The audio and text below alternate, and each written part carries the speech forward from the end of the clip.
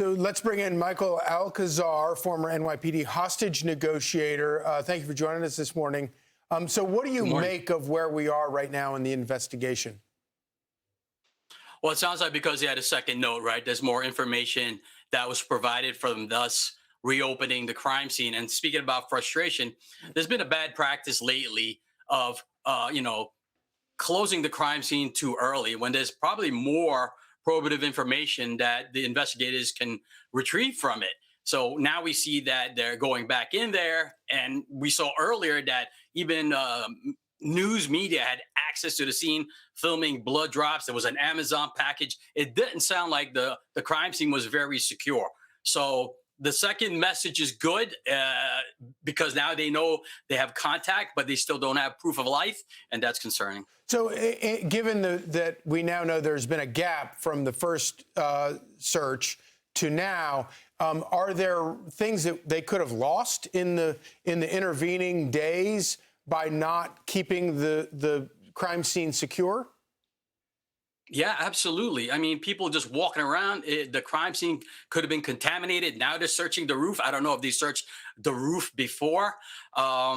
It sounds like a failure on the investigators' part, because now perhaps the second message gave them like a clue, some kind of sensitive information that no one else is privy to, perhaps only the investigators and the family, proving that this abductor contacting them might be legitimately the people that took the victim. So them going back is, to me, just signals processing the crime scene a bad way. We've seen that with the Koberger case when they demolished the home. It's just bad practice right now. They should have kept that crime scene secure for a little bit of time. Michael, is there any sense that you have about whether or not the law enforcement officials are actually able to have made any contact with these abductors? I mean, you're a former hostage negotiator. You've talked directly to abductors. Obviously, we know from if it is a valid ransom note, that first note didn't have any way to communicate, and we haven't publicly gotten any indication. But it did seem, and you're the expert, I am not, that in Savannah Guthrie's message and then her brother Cameron were really using key terms that felt like that a hostage negotiator with experience was encouraging them to use to communicate with the abductors. Where do you think that line of communication really is? Is there any communication, or what do you make of this? It appears like it's only a one-way communication, right? I don't, the family and the FBI are helping script like a message to the abductors. So they're sending out the message out there. They're appealing to their humanity. They're stressing how important the victim is, that she's a mother, she's a grandmother, and that she's fragile, she needs medication. So they're appealing to their common senses, hopefully, that they want proof of life, that they want her safe.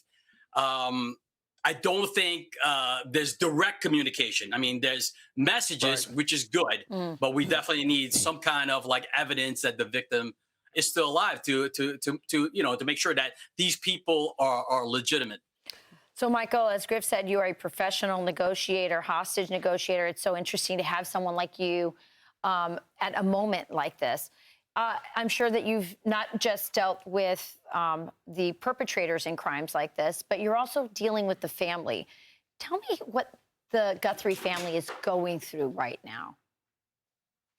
I mean, it's traumatic. No family should go through this. They're emotional.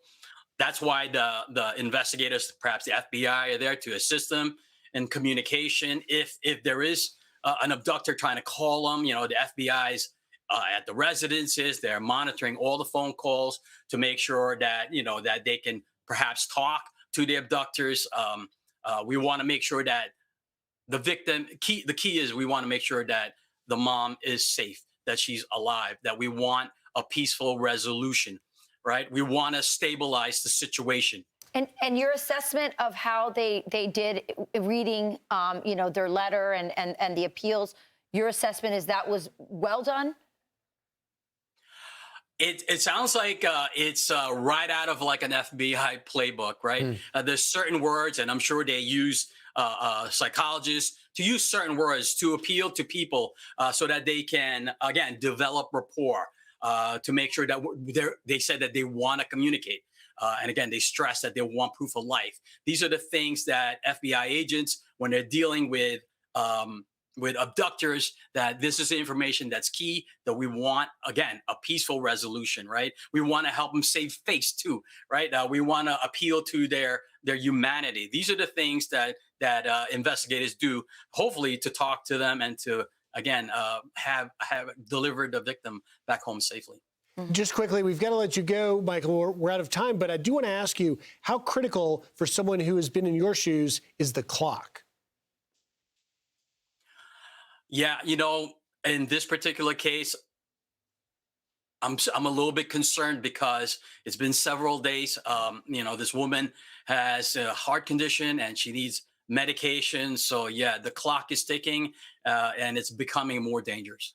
Yeah, indeed. Michael Alcaraz, thank you for your insight. Thank you so important much. to the story. Thank you so much, Michael. I'm Steve Ducey. I'm Brian Kilmeade. And I'm Ainsley Earhart. And click here to subscribe to the Fox News YouTube page to catch our hottest interviews and most compelling analysis.